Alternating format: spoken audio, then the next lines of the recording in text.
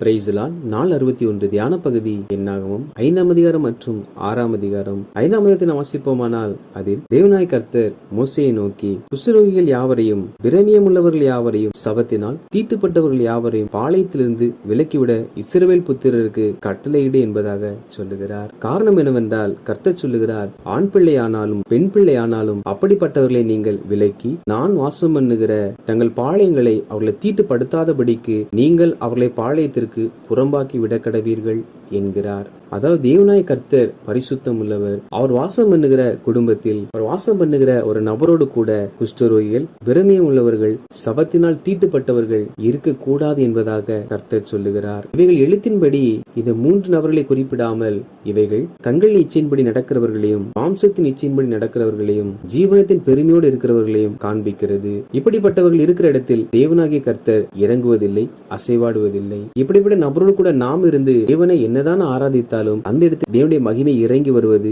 மிக கடினமாகும். காரணம், அந்த இடத்தில் தேவன் அருவருக்கிற தீட்டு உள்ளவர்கள் இருக்கிறார்கள். எனவே அவர்கள் நடுவாக பரிசுத்தமுள்ள தேவன் இறங்கி வர மாட்டார். எனவே நாம் எங்கே ஜெபிக்க அமர்ந்தாலும், யாரோடு கூட நாம் பேசினாலும் இப்படிப்பட்ட மனிதர்களுக்கு நாம் விலகி இருக்கிறவர்களாய் காணப்பட வேண்டும். அப்பொழுதுதான் நாம் தேவனோடு கூட இணைக்கப்பட்டவர்களாய் வாழ முடியும்.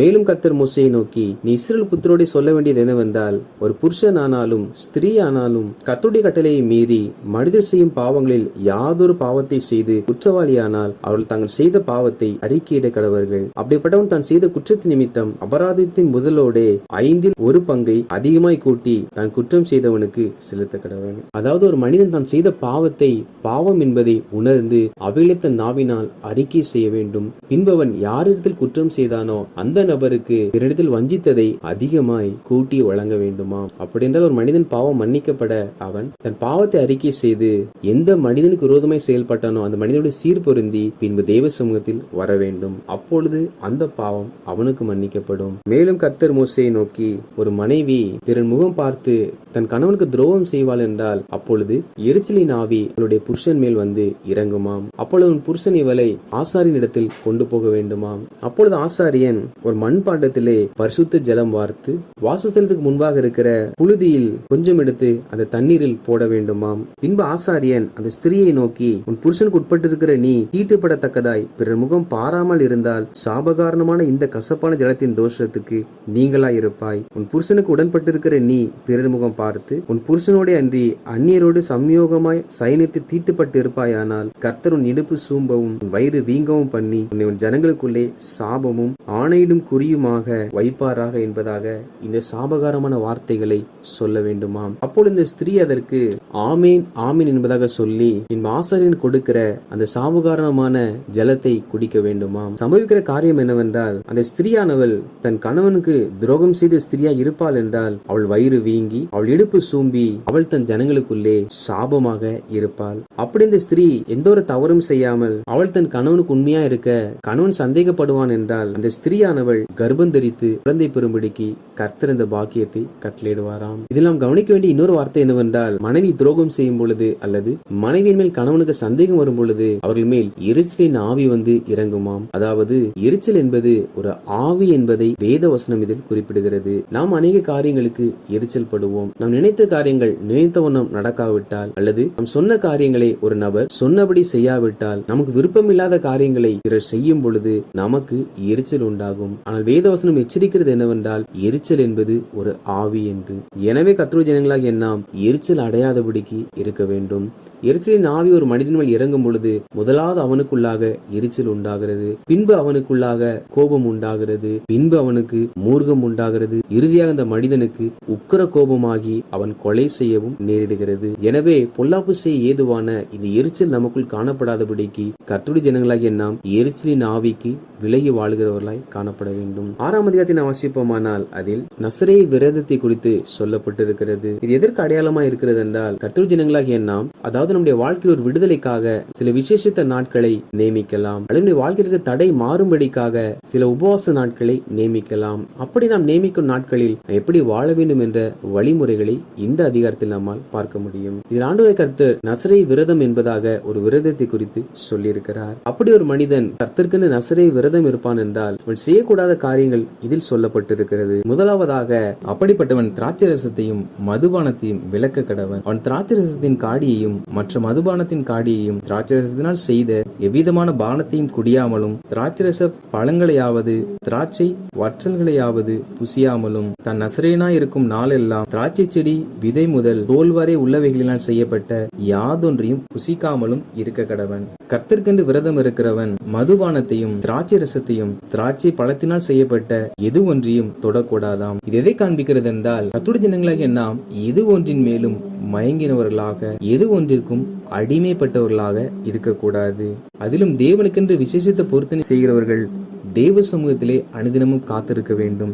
எனவே அப்படிப்பட்டவர்கள் உலக காரியத்திலும் உலக ஆசைகளிலும் உலக இச்சைகளிலும் மூழ்கி விடாதபடிக்கு தங்களை அவர்கள் காத்துக்கொள்ள வேண்டும். இரண்டாவதாக, அவன் நசரேய விரதம் காக்கும் நாளெல்லாம் சவரன் கத்தி அவன் தலையின் மேல் படலாகாது. அவன் கர்த்தருக்கென்று விரதம் காக்கும் காலம் நிறைவேறும் அளவும் பரிசுத்தமாய் இருந்து தன் தலைமயிரை வளர விட கடவன். அதாவது நசரேய விரதம் இருக்கிறவன் தன் முடியை கத்தரிக்க கூடாதாம், அதை வளர்க்க வேண்டுமா. இது எதை காண்பிக்கிறது என்றால், முடி என்பது அலங்காரத்தை குறிக்கிறது. மற்றொரு ஜனங்களுக்கு எது அலங்காரம் என்றால் ஆவியின் கனிகள் ஆகும். எனவே தெய்வ சமூகத்தில் காத்திருக்கிற நாம் ஆவியின் கனிகள் உள்ளவர்களாக காணப்பட வேண்டும். அந்த நாட்களில் நம்மிடத்தில் இருக்கிற ஆவியின் கனிகள் இன்னும் அதிகமாய் பெருக வேண்டும். ஒரு நாளும் அந்த ஆவியின் கனி துண்டிக்கப்படும்படிக்காக அதற்கு எதிரான செயல்களையோ அதற்கு எதிரான கிரியைகளையோ நாம் செய்து விடாதபடிக்கு நாம் மிகுந்த எச்சரிக்கை உள்ளவர்களாக காணப்பட வேண்டும். மூன்றாவதாக, அவன் கர்த்தருக்கென்று விரதம் காக்கும் நாள் எல்லாம் யாதொரு பிரேத தண்டையில் போகக்கூடாது. அவன் தன் தேவனுக்கென்று செய்த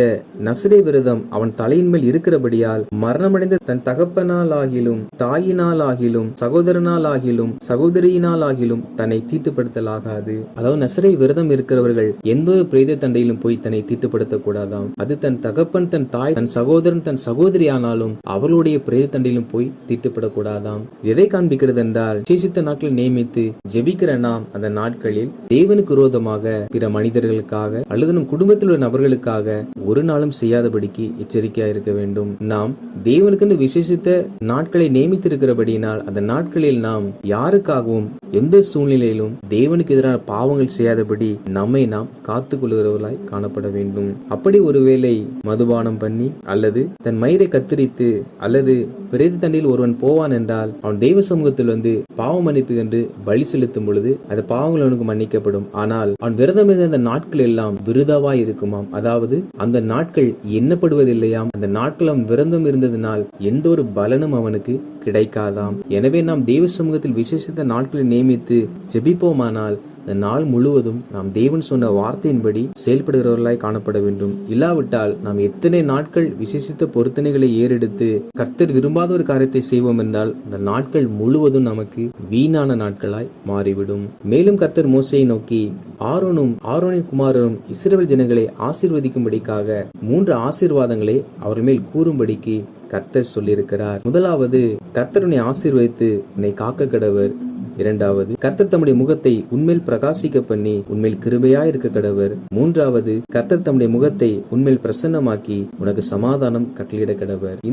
இந்த ஆசீர்வாத வார்த்தைகளை ஆசாரியர்கள் ஜனங்களை ஆசீர்வதிக்கும் பொழுது சொல்ல வேண்டிய வார்த்தைகளாகும். ஏன் இவ்வாறு வார்த்தைகளை சொல்ல வேண்டும் என்றால், கர்த்தர் சொல்லுகிறார், இவ்விதமாய் அவர்கள் என் நாமத்தை இஸ்ரவேல் புத்திரர் மேல் கூற கடவர்கள், அப்பொழுது நான் அவர்களை ஆசீர்வதிப்பேன். அதாவது கர்த்தர் ஆசீர்வதிப்பார், கர்த்தர் பிரகாசிக்க பண்ணுவார், கர்த்தர் சமாதான கட்டளையிடுவார் என்று சொல்லி கர்த்தருடைய நாமத்தை சொல்லி ஆசீர்வதிக்கும் பொழுது அப்பொழுது கர்த்தர் அந்த ஜனங்களை அந்த வார்த்தையின்படியே ஆசீர்வதிப்பேன் என்பதாக சொல்லியிருக்கிறார். வேதாகமத்தில் அநேக ஆசீர்வாத வசனங்கள் இருக்கின்றன. அந்த வசனங்களை சொல்லி நாம் பிறரை ஆசீர்வதிக்கும் பொழுது கர்த்தர் அவருடைய வார்த்தையின்படியே அவர்களை ஆசீர்வதிக்கிறவராய் இருக்கிறார். வாசித்த இந்த அதிகாரங்களின்படி கர்த்தர் ஜனங்களாகிய நாம் கண்களின் இச்சை, மாம்சத்தின் இச்சை, ஜீவனத்தின் பெருமையில் விழுந்த அப்படிப்பட்ட நபரோடு கூட ஐக்கியம் வைத்துக் கொள்ளாமல் கர்த்தருக்கு நாம் விசேஷ நாட்களை நியமித்து காத்திருப்போம் என்றால் அந்த நாட்களில் நாம் உலகத்தின் மேல் மயக்கமடையாமலும் ஆவின் கனிகளை வாழ்க்கை விட்டு அப்புறப்படுத்தாமலும் எந்த ஒரு நபர் மூலமாய் தீட்டுப்படாமலும் பிரதம் காக்கிற நாள் முழுவதும் தேவன் விரும்புகிற ஒரு பரிசுத்த வாழ்க்கை நாம் வாழ்ந்து நியமித்த நாட்களில் கர்த்தரை நாம் பின்பற்ற வேண்டும். மேலும் ஆண்டவர் நமக்கு கொடுத்திருக்கிற எல்லா ஆசீர்வாத வசனத்தின்படி நாம் பார்க்கிற யாவருக்கும் அந்த வசனத்தை கூறி ஆசீர்வதிக்கும் பொழுது அவர்கள் ஆசீர்வதிக்கப்படுவார்கள். அப்படி நாம் பிறரை ஆசீர்வதிக்கும் போது தேவனாய கர்த்தர் நம்மை ஆசீர்வதித்து நம்மையும் பாதுகாத்து நம்மில் அவருடைய முகத்தை பிரகாசிக்க பண்ணி நமக்கு கிருபையும் சமாதானத்தையும் கட்டளையிடுவார். ஆமேன்.